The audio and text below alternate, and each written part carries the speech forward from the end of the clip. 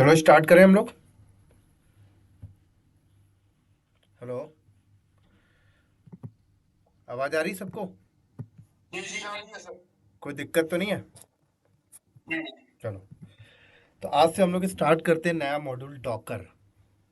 ठीक है, तो एक बार बताओगे आप में से कोई भी अगर डॉकर के बारे में क्या जानता है, कुछ भी जानता हो, मुझे थोड़ा एक्सप्लेन करोगे? देखो, बहुत इंपॉर्टेंट मॉड्यूल है ये डेवऑप्स का।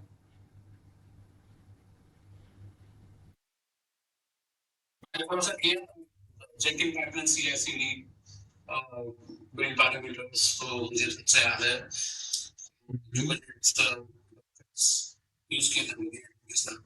हम्म।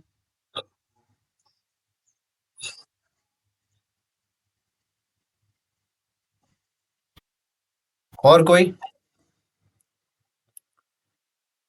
जो कुछ भी जानते हो बोलो डॉकर के बारे में।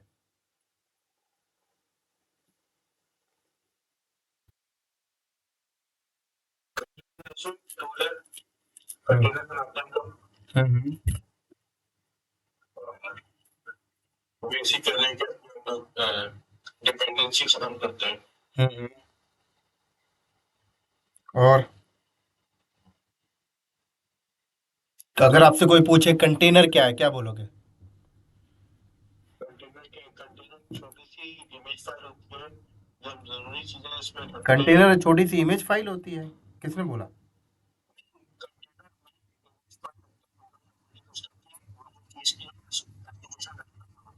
हम्म।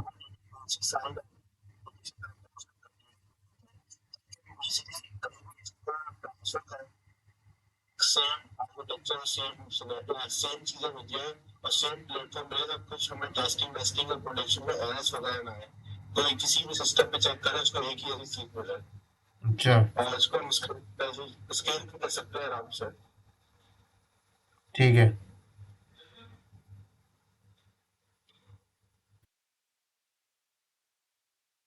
और कोई?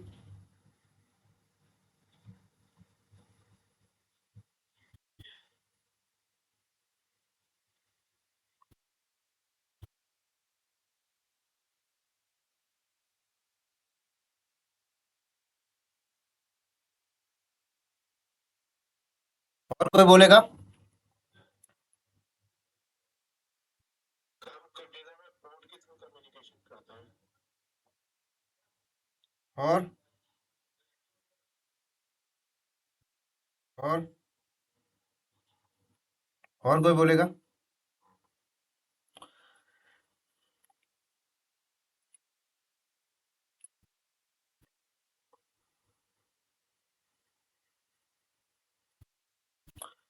भाई, किसी को कुछ भी आइडिया हो बोलो। साइलेंट नहीं रहना किसी को।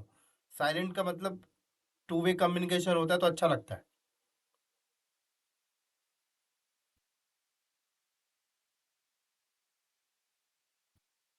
स्केल अप डाउन करने में यूज एक रहता ही है लोग नहीं, प्रोसेस नेक्स्ट को कंट्रोल। चांस दो, नेक्स्ट को चांस दो। जो लोग आज तक क्वेश्चन नहीं पूछे उनसे मैं बोल रहा हूँ। अच्छा इतने सारे लोग हैं, कुछ बोलो, नहीं तो आज मैं क्लास नहीं करूंगा।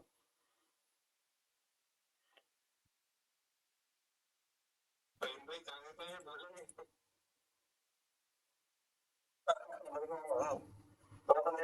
नहीं नहीं, फहीम भाई तो डेली क्वेश्चन पूछते हैं, और भी लोग जो क्लासेस में हैं, उनसे बोल रहा हूँ मैं।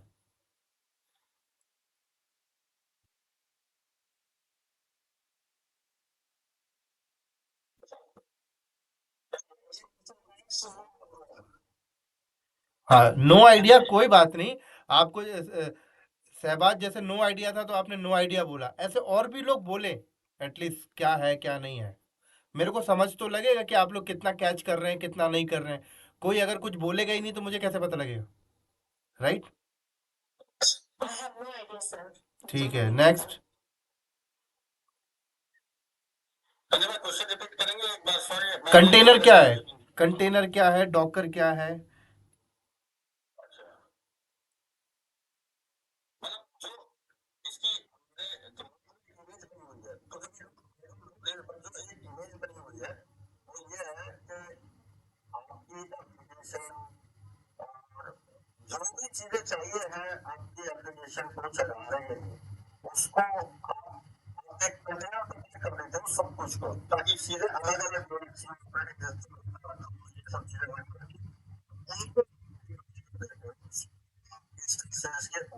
हम्म,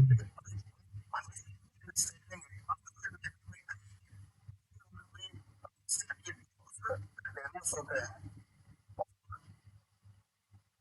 कुछ होता है जो इन कंटेंट्स को मेंटेन करता है एक तरह से। डॉगर क्या होता है, फिर से रिपीट करना, फिर से रिपीट करना। हम्म,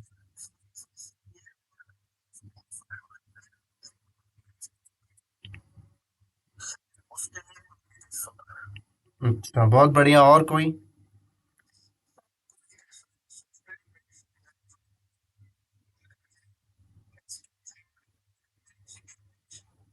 हम्म,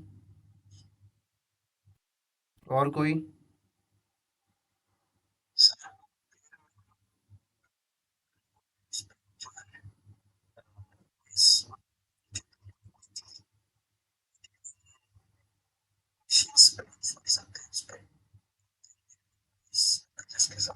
और कोई?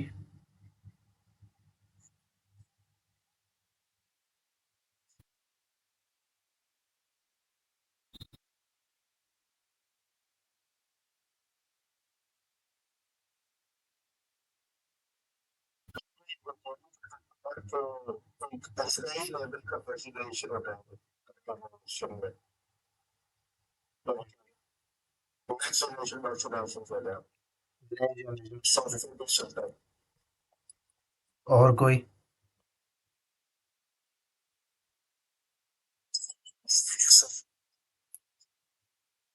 नेक्स्ट।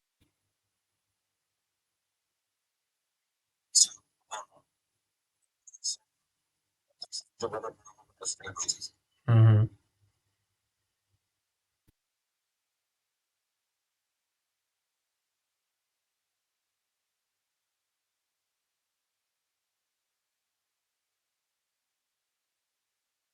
चलो। कंटेनर आपका जो है ना, वो वर्चुअलाइजेशन का नेक्स्ट लेवल है। ठीक है। वर्चुअलाइजेशन का नेक्स्ट लेवल का मतलब क्या हुआ?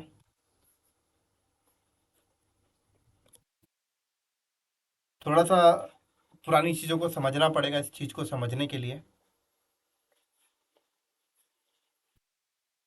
पहले क्या होता था? अब मान लो आपके पास एप्लीकेशन है, ठीक है। आपके पास एक एप्लीकेशन है और आपके पास सेकंड एप्लीकेशन भी है और आपके पास थर्ड एप्लीकेशन भी है। अब मुझे मान लो application one, application two, application three. अब एप्लीकेशन वन के साथ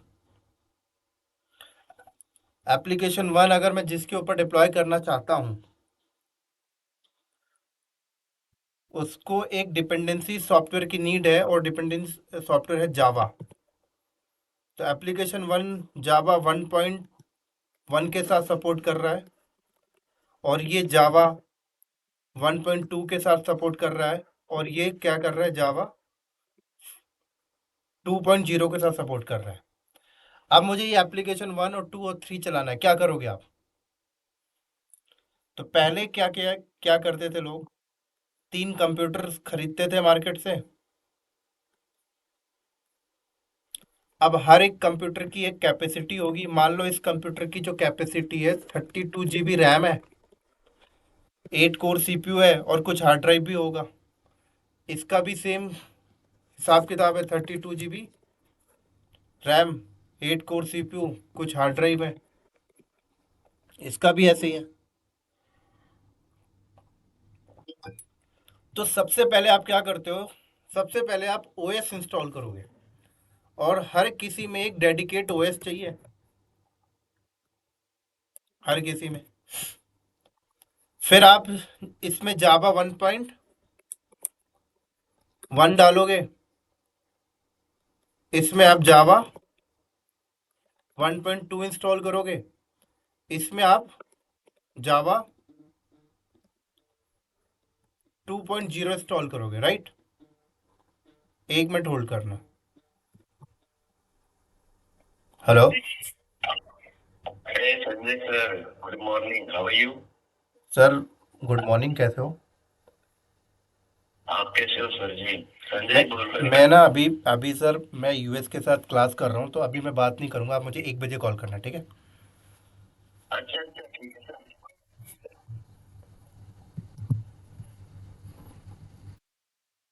तो यहाँ पर हमने क्या किया?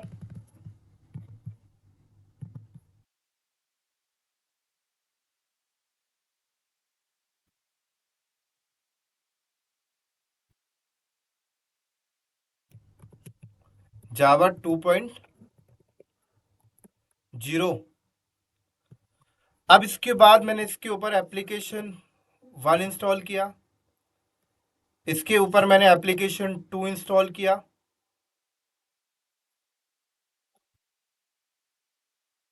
इसके ऊपर एप्लीकेशन 3 इंस्टॉल किया।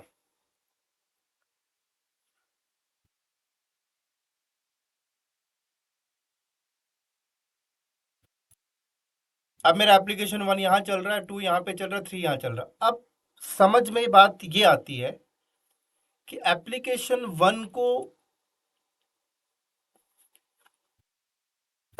1 जिस हार्डवेयर पे रन हो रहा है, वो हार्डवेयर कितना यूटिलाइज कर रहा है। तो हम लोग मॉनिटरिंग टूल से जब हम लोग चेक करते हैं कि एप्लीकेशन 1 रन होने के लिए कितना हार्डवेयर की जरूरत हो रही है इसको, तो पता लगता है कि करंट लोड के अकॉर्डिंग ये 2 GB रैम भी यूज नहीं कर रहा है, एक कोर सीपीयू भी यूज नहीं कर रहा, और 5 GB हार्ड ड्राइव भी यूज नहीं कर रहा है। बाद में देखा गया, आपने तो इसमें 32 GB रैम दिया है, 8 कोर सीपीयू दिया है, 512 GB हार्ड ड्राइव दिया है, लेकिन एक्चुअल में यूटिलाइज कितना कर रहा है? तो एक्चुअल में एप्लीकेशन जो यूटिलाइज कर रहा है वो 200-300 GB RAM, 200-300 MB RAM use कर रहा है। सीपीयू भी कुछ मिली कोर में यूज कर रहा है, हार्ड ड्राइव भी कुछ एमबी में यूज कर रहा है। मतलब हार्डवेयर तो इतना हैवी दे दिया है कि कैलकुलेशन निकालें तो एप्लीकेशन का नया वर्जन आ जाएगा, बट हार्डवेयर उसने उतना कभी यूज ही नहीं किया। अननेसेसरी आपने हार्डवेयर को दे दिया। सेम चीज ऐसी थी 2 के साथ भी, 3 के साथ भी। कहने का मतलब सिर्फ समझो ये है कि एक इंसान को घर में सरवाइव करने के लिए, रहने के लिए एक बेड चाहिए, जो 6x4 का होगा या 6x7 का होगा, और एक वॉशरूम चाहिए, बस। अब आपने 5 BHK, 4 BHK, 8 BHK बना दिया है, लेकिन एक इंसान को क्या चाहिए रहने के लिए एक्चुअल में? एक बेड चाहिए, बैठने के लिए चेयर चाहिए, और एक वॉशरूम चाहिए, बस।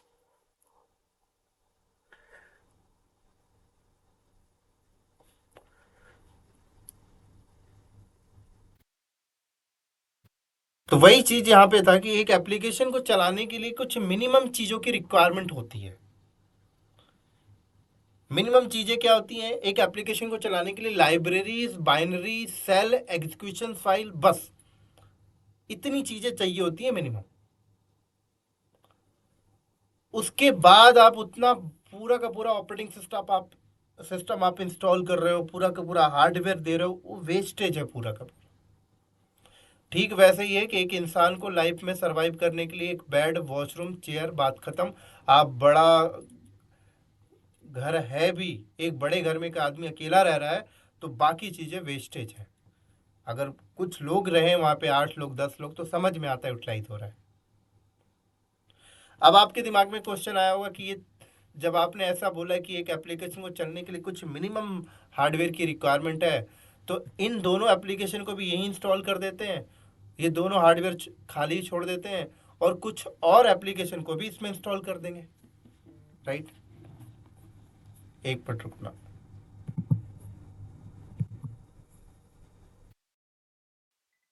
सॉरी। तो हम यहाँ पर ऐसा कर सकते हैं,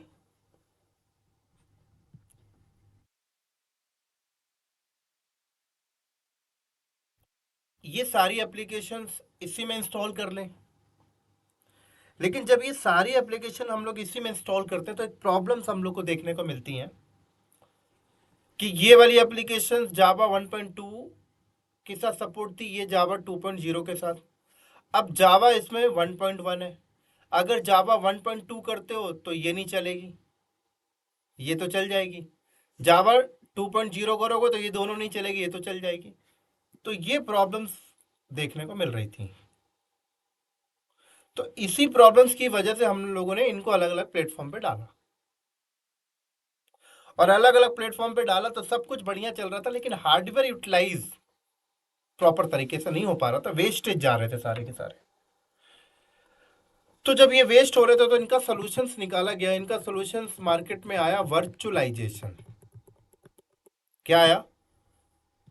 हार्डवेयर बेस्ड वर्चुअलाइजेशन। तो आज हम लोग क्या करते थे, एक हार्डवेयर हमने खरीदा 32 GB रैम का, इसके ऊपर हम लोगों ने VMware डाला या ओपनस्टैक डाला, हम लोगों ने हार्डवेयर बेस्ड वर्चुअलाइजेशन किया। फिर हमने उसके बाद इसके अंदर छोटे छोटे VMs बनाए। हमने क्या किया, VMs बनाए। अब जब हम लोगों ने VMs बनाए तो हमने देखा, हमने एक VMs को 2 GB रैम दे दिया, एक VMs को 2 GB रैम दे दिया, एक VM को 2 GB रैम दे दिया, और फिर हमने क्या किया, उसके अंदर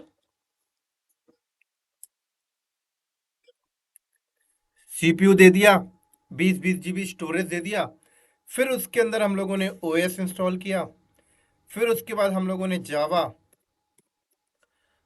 1.0 इंस्टॉल किया। फिर उसके ऊपर हम लोगों ने अपनी एप्लीकेशन इंस्टॉल की। सेम यहाँ पर भी वही किया, OS इंस्टॉल किया, जावा 1.1 इंस्टॉल किया,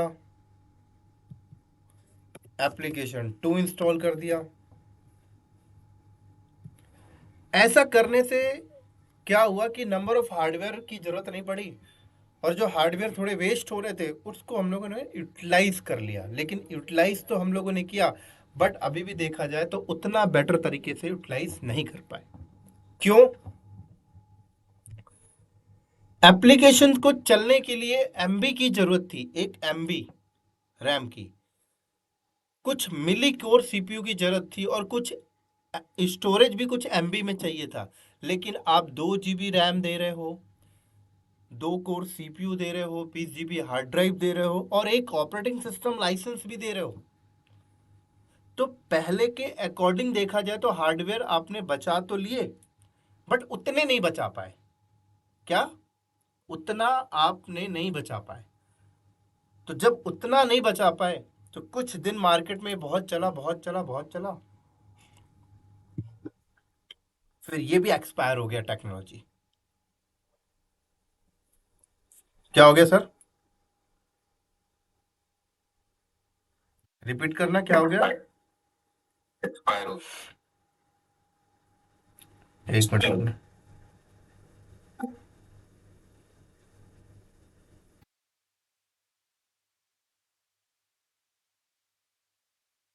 एक्सपायर हो गया। समझ आ रही ना क्या क्या बचा, बट उतना नहीं बचा। तो फिर मार्केट में आया सॉफ्टवेयर बेस्ड वर्चुअलाइजेशन। ये हार्डवेयर बेस्ड वर्चुअलाइजेशन था, फिर मार्केट में आया software based virtualization. Software based virtualization में ऐसा होता है कि ये आपका हार्डवेयर है 32 GB का, ठीक है। आप इसको दो तरीके से मैनेज कर सकते हो। पहले आप इसके ऊपर हार्डवेयर बेस्ड वर्चुअलाइजेशन कर लो, लाइक VMware। फिर आप इसके ऊपर 2 VM बना लो, या 2 से ज़्यादा VM बना लो। या फिर आप हार्डवेयर बेस्ड वर्चुअलाइजेशन नहीं करो तो भी चलेगा, आप डायरेक्ट इसके ऊपर ऑपरेटिंग सिस्टम इंस्टॉल कर दो। मैंने इसके ऊपर लिनक्स ऑपरेटिंग सिस्टम इंस्टॉल कर दिया, तो मेरा ऑपरेटिंग सिस्टम मान लो अपने आप को यूटिलाइज करने के लिए 2 GB रैम ले लिया, मेरे पास 30 GB रैम खाली है। मेरा ऑपरेटिंग सिस्टम अपने आप को रन करने के लिए 1 कोर का CPU ले लिया, मेरे पास अभी भी 7 कोर CPU खाली है। मेरे पास 512 GB हार्ड ड्राइव थी, 10 GB hard drive operating system ले लिया, मेरे पास अभी भी 502 GB हार्ड ड्राइव है। अब मैं उसको यूटिलाइज कैसे करूंगा? अब मैं इसके ऊपर कंटेनर बेस वर्चुअलाइजेशन, बोले तो सॉफ्टवेयर बेस वर्चुअलाइजेशन इंस्टॉल करूंगा।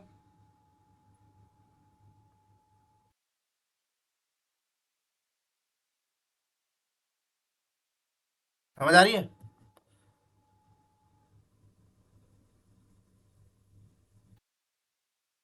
Yes sir. यस। तो सॉफ्टवेयर बेस वर्चुअलाइजेशन इंस्टॉल करूंगा। अब सॉफ्टवेयर बेस वर्चुअलाइजेशन कौन कौन प्रोवाइड करता है? जैसे हार्डवेयर बेस्ड वर्चुअलाइजेशन तो चलो VMware कंपनी दे रही थी, रेड हैट दे रही थी, बहुत सारी और दे रही थी। सॉफ्टवेयर बेस्ड वर्चुअलाइजेशन कौन प्रोवाइड करता है? तो सॉफ्टवेयर बेस्ड वर्चुअलाइजेशन भी बहुत सारे लोग देते हैं, लाइक पॉडमैन है, डॉकर है, वैग्रांट है, ये सब सॉफ्टवेयर बेस्ड वर्चुअलाइजेशन है। डॉकर सबसे ज्यादा फेमस है। तो हमने क्या किया, सॉफ्टवेयर बेस्ड वर्चुअलाइजेशन में हमने यहाँ पर डॉकर इंस्टॉल कर दिया। तो जैसे ही हमने डॉकर इंस्टॉल किया, जैसे ही हमने क्या किया, डॉकर इंस्टॉल किया, तो अब हम लोग यहाँ पर सॉफ्टवेयर बेस्ड वर्चुअलाइजेशन कर सकते हैं। तो सॉफ्टवेयर बेस्ड वर्चुअलाइजेशन में ऐसा होता है कि हम कंटेनर बनाते हैं। क्या बनाते हैं? कंटेनर। यहाँ VM चलता था, यहाँ पे कंटेनर है,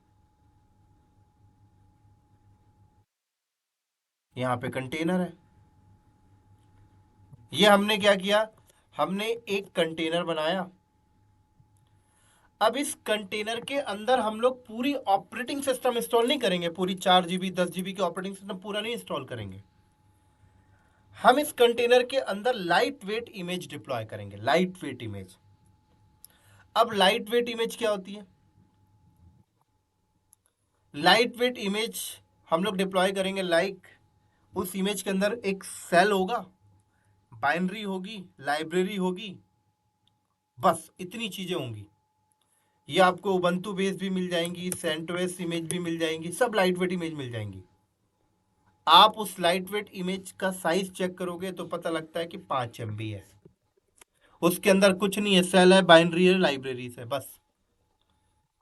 आप उस लाइट वेट इमेज को इसके अंदर करोगे डिप्लॉय, इसके अंदर आप करोगे डिप्लॉय, और उसके बाद आप इसके अंदर करोगे अपना जावा 1.0 इंस्टॉल। ये ऑपरेटिंग सिस्टम यहीं से यूज़ करेगा जो मेन में डला हुआ है। इसके ऊपर आप इंस्टॉल करोगे अपना एप्लीकेशन 1, और ये रन होगी। और जब ये रन होगी तो एक एप्लीकेशन को चलने के लिए जितनी रैम की ज़रूरत थी, 10 MB 20 MB 100 MB, उतना ही लेगा ये। जितना CPU की ज़रूरत थी, 100 मिली कोर, उतना ही लेगा। जितना हार्ड ड्राइव चाहिए था, 20 MB 40 MB, उतना ही लेगा।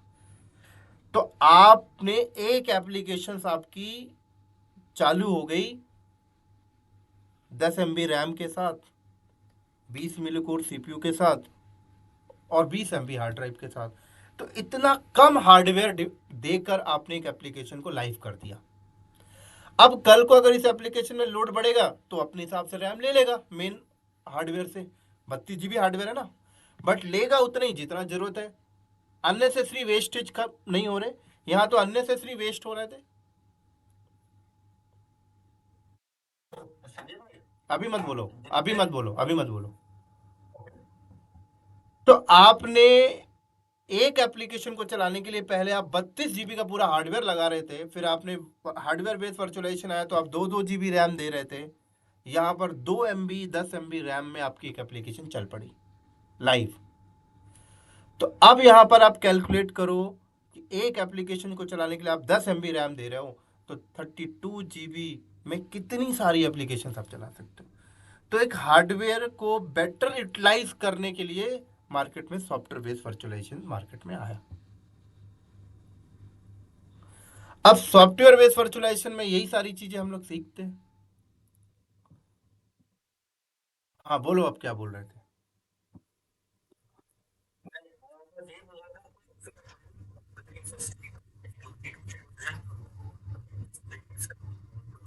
हम्म।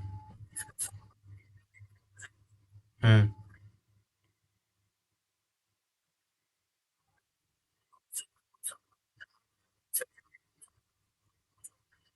हम्म।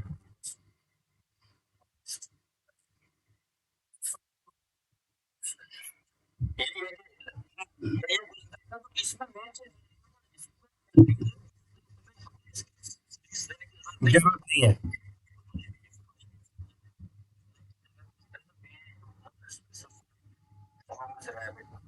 हम्म। बिल्कुल। बिल्कुल।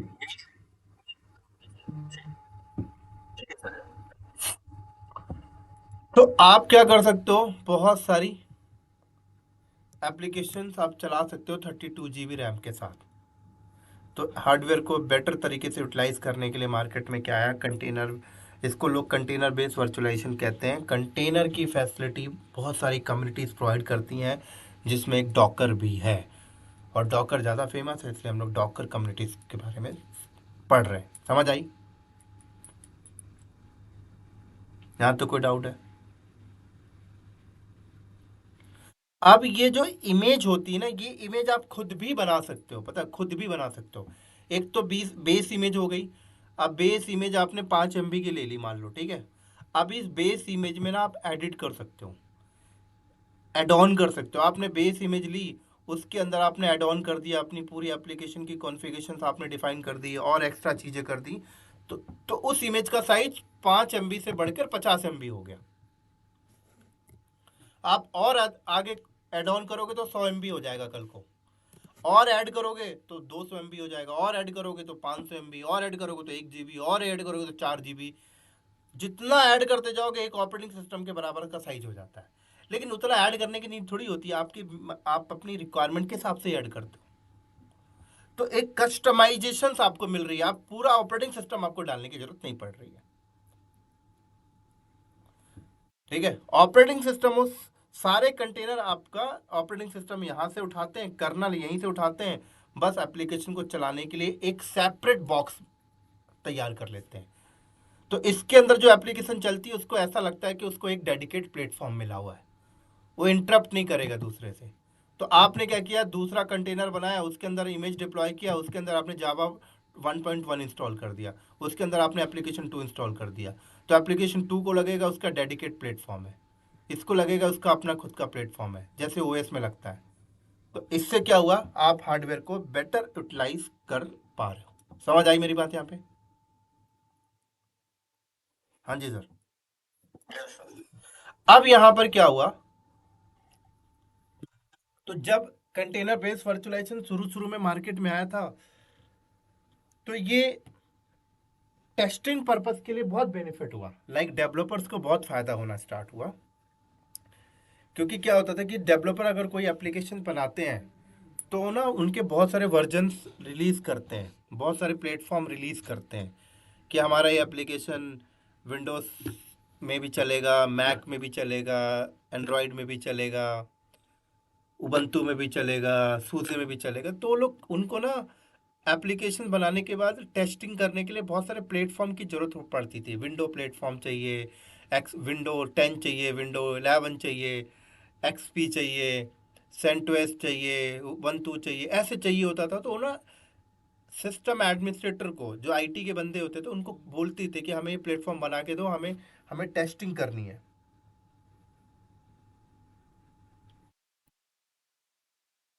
तो बहुत टाइम लेते थे लोग उनको प्लेटफॉर्म बना के देने में।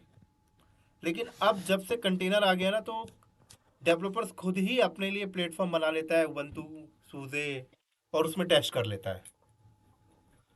तो डेवलपर इसको बहुत ज़्यादा यूज़ करते थे कि अपना कोई एप्लीकेशन बनाया, उनको प्लेटफॉर्म चाहिए, तो खुद ही कंटेनर बना लिया उन्होंने, उस पर टेस्टिंग कर ली। पहले बहुत परेशान होते थे। एक तो ये बेनिफिट आया।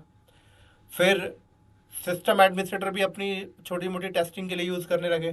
तो डेवलपमेंट में बहुत चला, एड प्रोडक्शन में भी, प्रोडक्शन में नहीं चला पहले।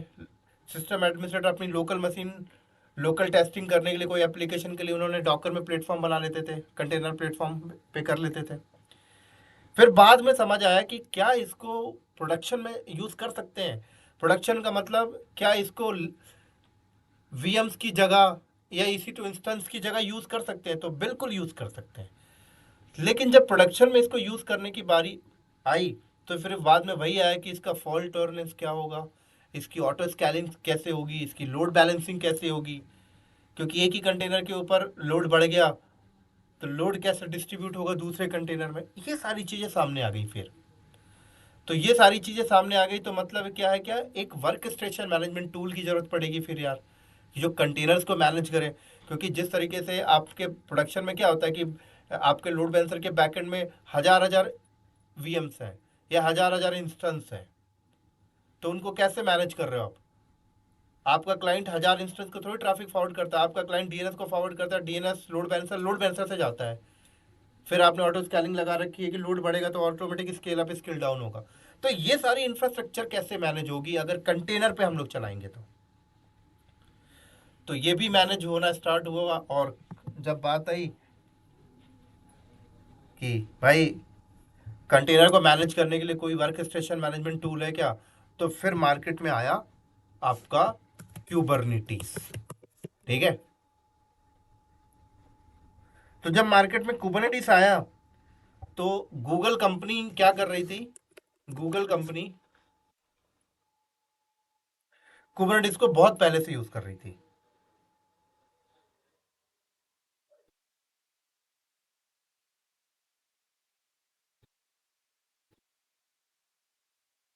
ठीक है,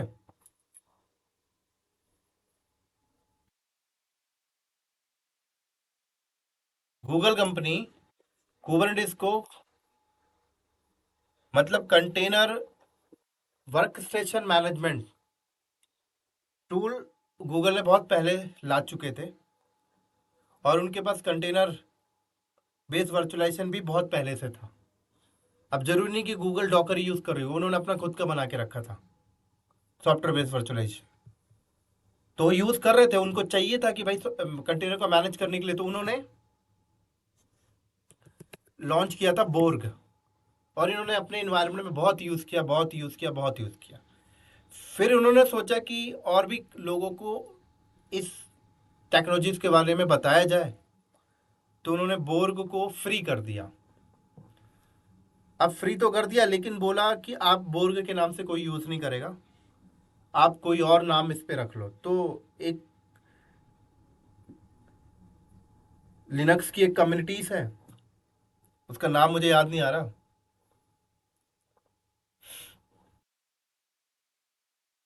लिनक्स फाउंडेशन करके है। उसने बोर्गो को लिया, कुछ चेंजेस किए, और कुबरनेटिस के नाम से उन्होंने लॉन्च कर दिया। और उसका सपोर्ट्स भी देना स्टार्ट किया, उसके एग्ज़ाम्स वगैरह भी ये लोग कंडक्ट करना स्टार्ट कर दिए। और आज कुबरनेटिस जाना जाता है कंटेनर को मैनेज करने के लिए, जो लॉन्च गूगल ने किया था। फिर उसके बाद इसके भी अल्टरनेटिव टूल आ गए बहुत सारे, लाइक रेडिट ने अपना ओपन शिफ्ट लॉन्च कर दिया, बना बनाया प्लेटफॉर्म। फिर AWS वालों ने अपना प्लेटफॉर्म एज अ सर्विस दे दिया कि Kubernetes platform as a service. फिर गूगल वालों ने भी दे दिया, एजोर वालों ने दे दिया। तो अब आपको इतना माथा पच्ची करने की जरूरत नहीं है, आपको बना बनाया प्लेटफॉर्म मिल जाता है क्लाउड पे। अगर आप अपना खुद का इंफ्रा तैयार करना चाहते हो तो कुबरनेटिस आप यूज़ कर सकते हो अपने लोकल इंफ्रा पे। लेकिन आपको बना बनाया प्लेटफॉर्म चाहिए तो फिर आप AWS डॉक जोर गूगल क्लाउड से ले सकते हो। तो जब आप कुबरनेटिस यूज़ करते हो तो फिर आपको proper load balancing, auto scaling, बहुत सारी चीज़ें मिल जाती हैं, स्टोरेज। तो लोग प्रोडक्शन में भी आज कंटेनर बेस्ड वर्चुअलाइजेशन यूज़ करते हैं। समझ आ रही है? और कंटेनर बेस्ड वर्चुअलाइजेशन यूज़ करने से क्या होता है, कॉस्ट कटिंग हो जाती है। कॉस्ट कटिंग का मतलब होता है कि मान लो आपके प्रोडक्शन में अगर आप 500 इंस्टेंस क्रिएट कर रहे हो, लेकिन अगर आप कंटेनर बेस्ड वर्चुअलाइजेशन यूज़ करोगे तो 500 की जगह 50 इंस्टेंस में ही काम हो जाएगा। तो जब 50 इंस्टेंस में ही काम हो जाएगा तो आपके 450 इंस्टेंस के कॉस्ट बच गए ना, बचे नहीं बचे? जी सर। तो जब कॉस्ट कटिंग की बात आती है तो फिर कंटेनर बेस्ड वर्चुअलाइजेशन इंप्लीमेंट करना पड़ता है। तो फिर आप जब डिप्लॉयमेंट करते हो तो आप वीएम पे डिप्लॉयमेंट नहीं कर रहे हो, वीएम तो रहेगा लेकिन वीएम के ऊपर कंटेनर चल रहा होगा, कंटेनर पे डिप्लॉयमेंट करना है, आपको पता है। तो कंटेनर पे डिप्लॉयमेंट करना है तो फिर कंटेनर की नॉलेज होनी चाहिए, तो ही आप कंटेनर पे डिप्लॉयमेंट कर पाओगे। फिर इनकी भी अपनी नेटवर्किंग होती है, इनका भी अपना स्टोरेज होता है, बहुत सारी सिक्योरिटी इनके अपने हैं, पूरा का पूरा। तो ये है हमारा डॉकर, और हम लोग यही देखेंगे डॉकर में कैसे कंटेनर बनता है, कैसे एप्लीकेशन डिप्लॉयमेंट होता है। इसका इंट्रोडक्शन बेसिक कॉन्सेप्ट समझ आया सबको? जी सर। अब किसी को डाउट है तो हाँ बोलो, क्वेश्चन पूछ सकते हो।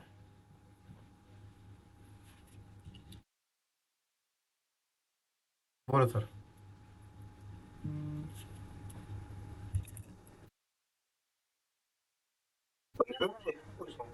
हम्म। क्या? हम्म। आप कोई और कंटेनर बेस्ड वर्चुअलाइजेशन यूज कर लो, जरूरी थोड़ी डॉकर यूज करोगे। हाँ। हम्म।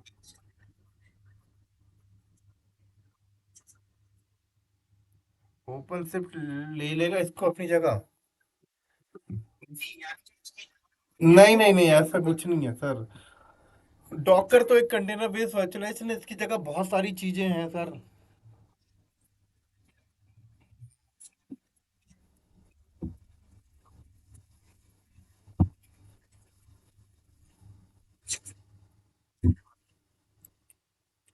कंटेनर का कॉन्सेप्ट सबका सेम है, थोड़े बहुत कमांड बदल जाते हैं, बस हो गया, बाकी कुछ नहीं है।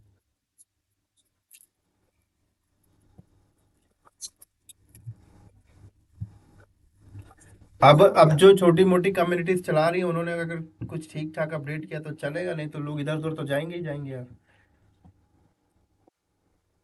अब जैसे AWS क्लाउड है, AWS क्लाउड है, लोग एजोर में भी जाएंगे, GCP में भी जाएंगे, अलीबाबा में भी जाएंगे, ओरेकल में भी जाएंगे। तो मूवमेंट चलती रहेगी, आपको कॉन्सेप्ट पता होना चाहिए बस।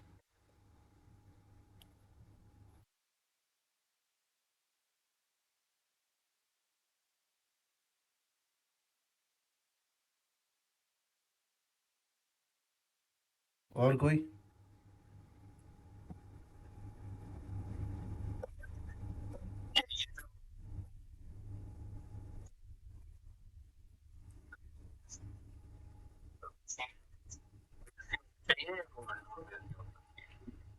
विंडोज भी हो सकता है।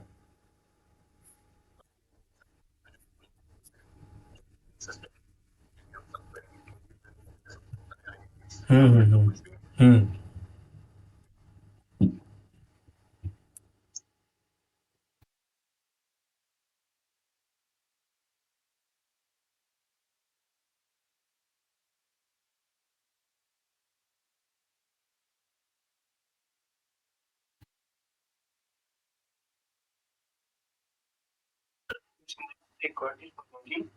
हम्म।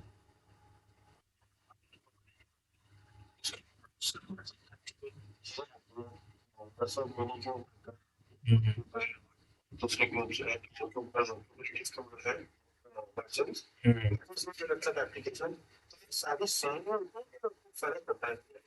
बोलना क्या बोल रहे हो?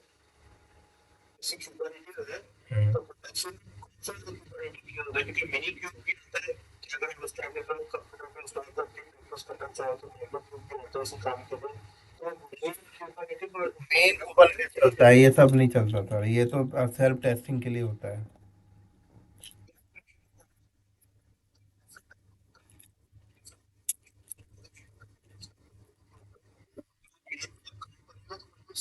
सेम सेम सेम सेम रहेगा। नहीं नहीं नहीं नहीं नहीं, वो तो क्लस्टर का तरीका है, सिंगल नोड के ऊपर। हम्म।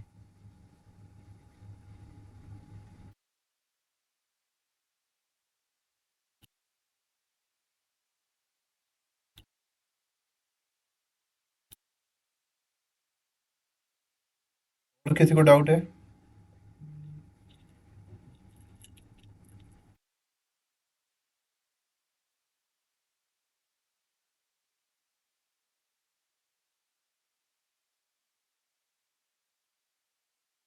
किसी को डाउट है? नहीं है ना?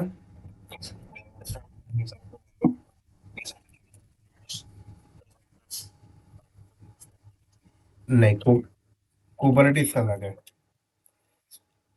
अब तो देखो ऐसा आ गया है कि AWS में ना बना बनाया प्लेटफॉर्म एज अ सर्विस है। आपको डॉकर की नॉलेज होनी चाहिए, कुबरनेटिस की फंक्शनलिटी पता होना चाहिए। लोग जाते हैं अपने एप्लीकेशन डिप्लॉयमेंट करते हैं, क्लस्टर बनाते हैं, पॉड बनाते हैं, काम करते हैं। लेकिन क्या होता है ना कि आप डायरेक्ट अगर AWS का platform as a Kubernetes Docker पढ़ते हो, या एजूर का है, गूगल का, काम तो देखो कर लोगे, एप्लीकेशन डिप्लॉयमेंट डिप्लॉयमेंट भी कर लोगे, चल भी जाएगा, बट पता ही नहीं चलेगा कोई पैकेट में कहाँ क्या हो रहा है, कैसा हो रहा है। तो कई लोग ना अपना करियर सिर्फ कंटेनर बेस्ड वर्चुअलाइजेशन में आजकल बना रहे हैं। पता है, कई लोग अपना करियर कंटेनर बेस्ड वर्चुअलाइजेशन में पढ़ा रहे हैं।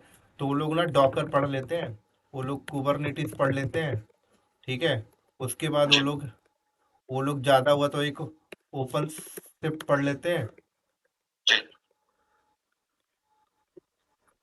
फिर उसके बाद उन्होंने AWS का कुबरनेटिस पढ़ लेते हैं।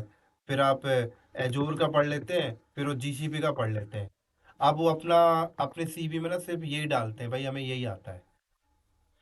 तो वो कंटेनर बेस्ड वर्चुअलाइजेशन में सेलेक्ट होते हैं जिस कंपनी में। और फेमस भी है यार ये, इसमें जॉब भी जल्दी मिल जाती है आजकल। अभी देखो इन सब चीज़ों को पढ़ने के लिए लिनक्स स्ट्रांग होनी चाहिए लोगों की।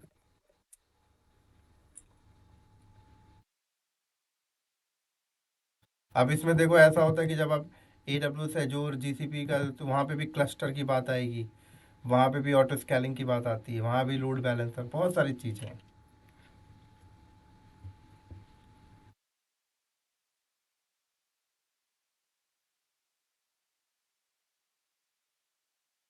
क्लियर है सबको? और किसी को कोई क्वेश्चन पूछना है, सवाल?